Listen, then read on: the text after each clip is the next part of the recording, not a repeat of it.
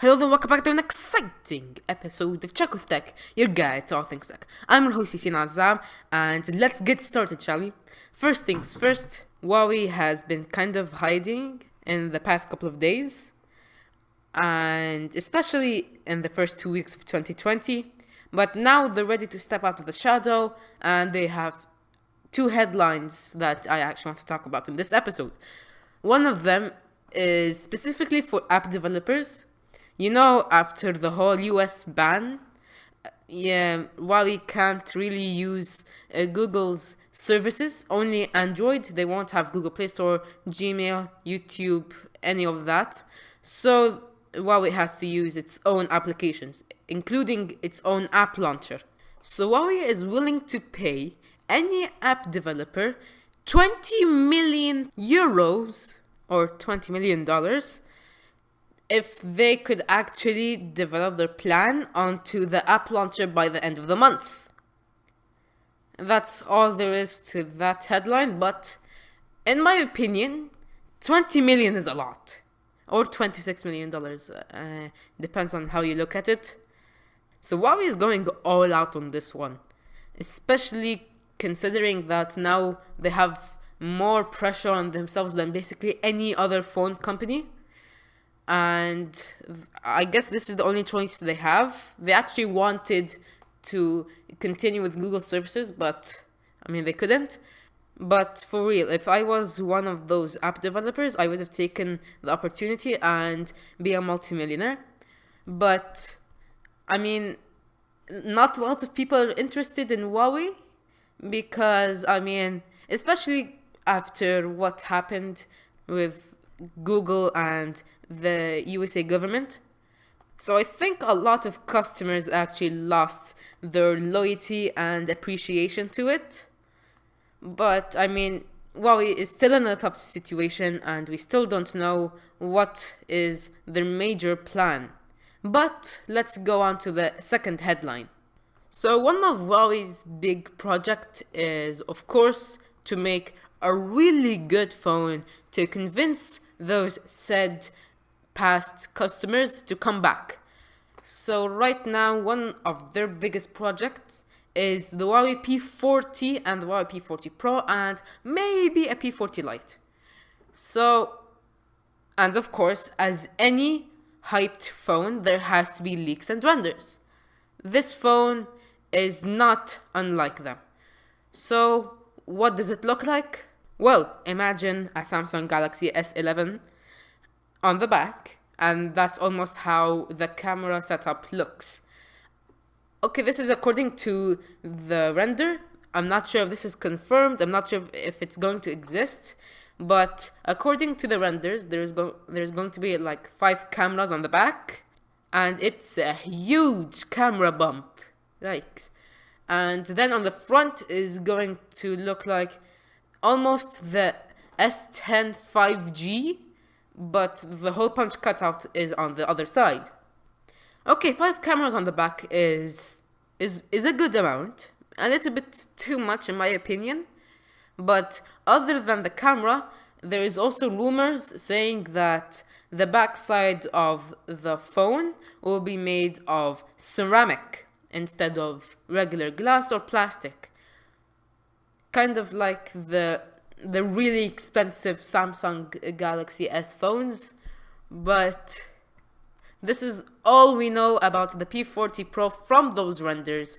But as we talked about in episode 18, I think the Huawei P40 Pro is almost confirmed to have a graphene-based battery. So this is that happened with Huawei this week. Okay, what do you hear when somebody mentions iPhone 12? You'd think the camera would be better than almost any phone released this year. Of course, a battery that can stay longer than a day at least. Charging speeds may be a bit slow, but overall, pretty good phone. And what I'm interested in is the chipset that's actually inside the phone.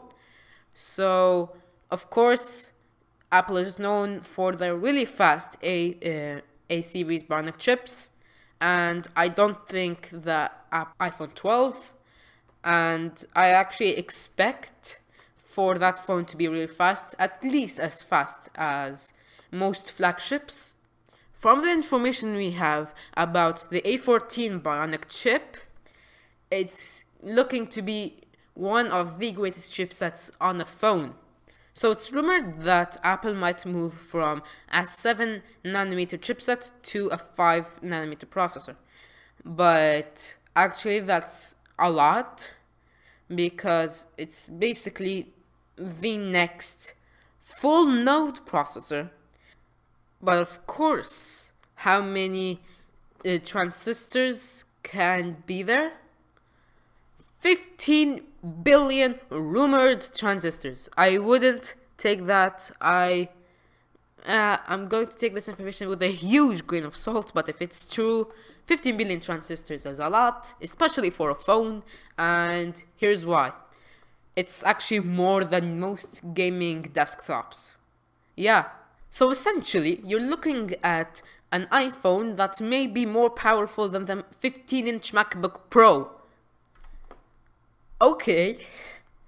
But here's the real problem. Of course, the battery wouldn't last as long, and I'm afraid that this will be the peak of mobile processors. I'm afraid that Apple might have reached the top and they can't do any more than that, especially on their new laptops that's coming out soon. I don't know how Apple will do even better than that. So I wouldn't expect, if this actually came on an iPhone, I would be very surprised.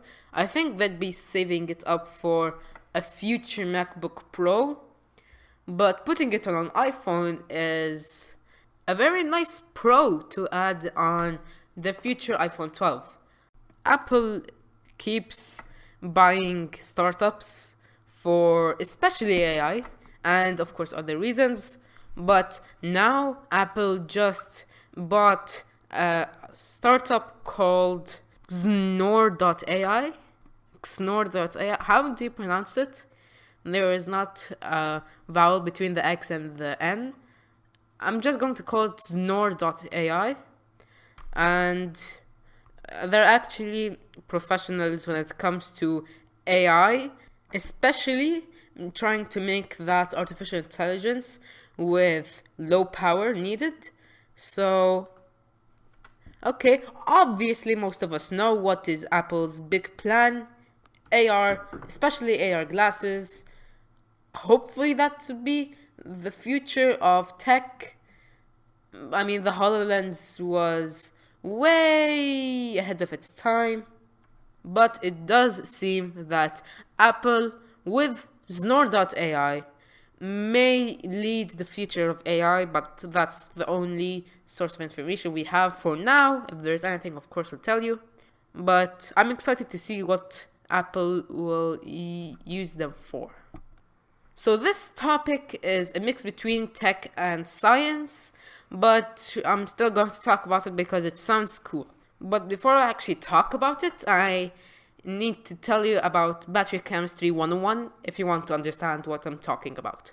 It's basically very well known that almost every battery found inside a smartphone, a laptop, a PS4 controller, basically anything that uses a battery is made of lithium ion. It's a lithium ion battery. I think you've heard of the name before, but how does it actually work?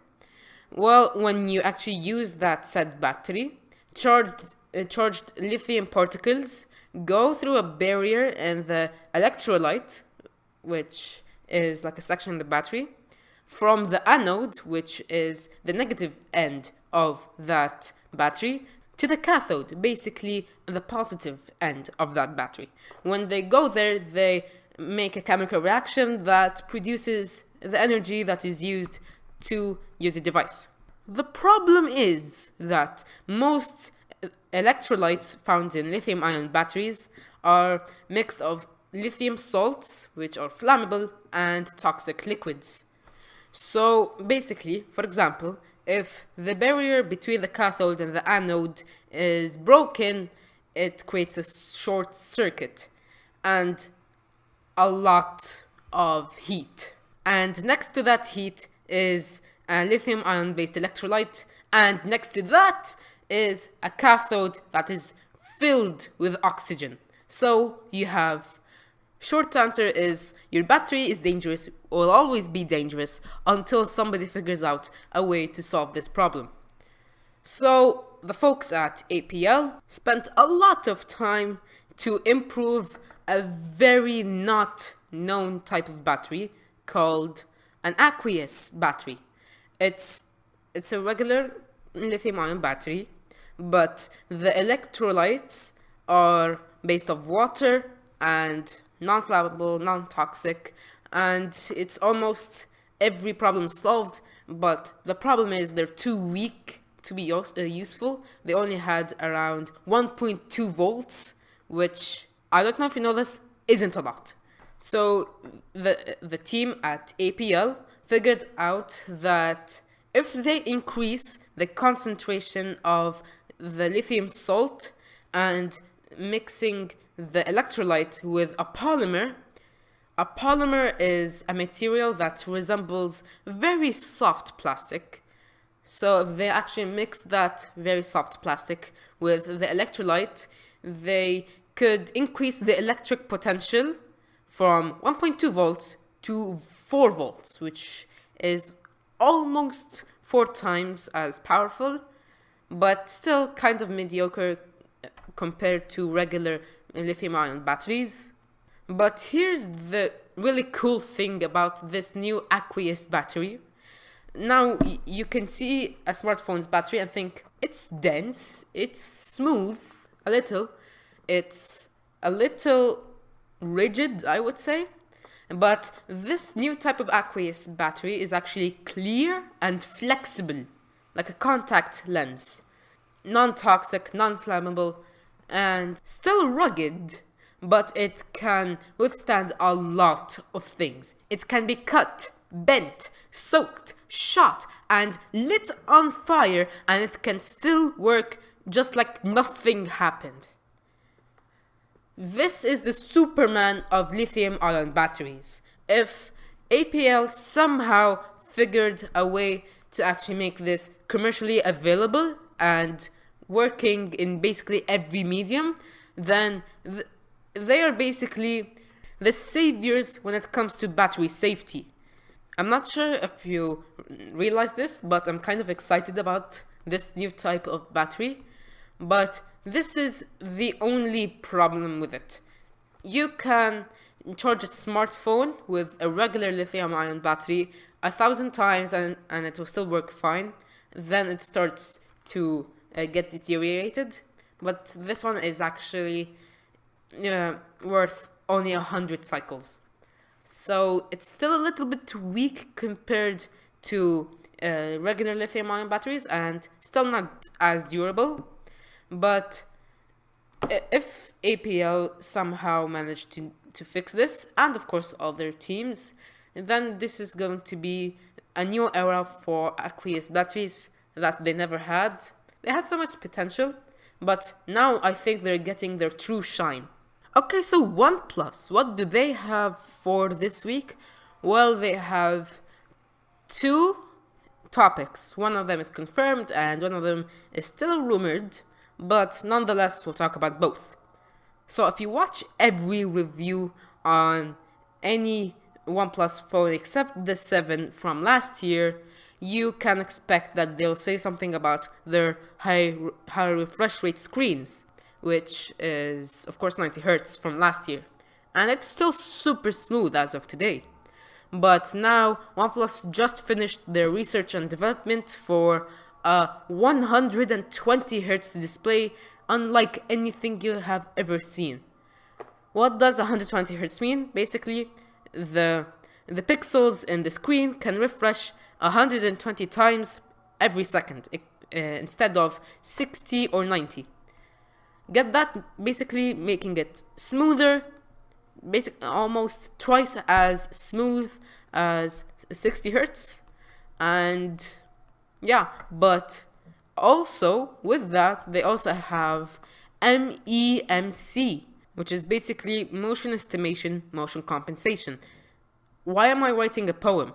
Anyways, what does that do? Basically, if you are recording a video, you're almost stuck with either 60 or 30 or 24 frames per second on a camera.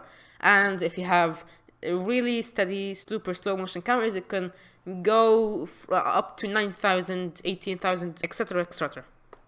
So, of course, with a 120 hertz screen, you'll obviously find out that your video is super rough compared to what you are used to on the phone. So MEMC is with an independent chip on the display. It's able to basically predict how the next frame of the video is going to look like. So basically it just adds more frames that it thinks will be looking good. And basically what you're doing is you're recording a video on 60 hertz and then seeing it as 120 hertz. But that is too much for a 120 hertz screen. But OnePlus is doing something good. OnePlus also increased the brightness adjustment from 1024 levels up to 4096. What?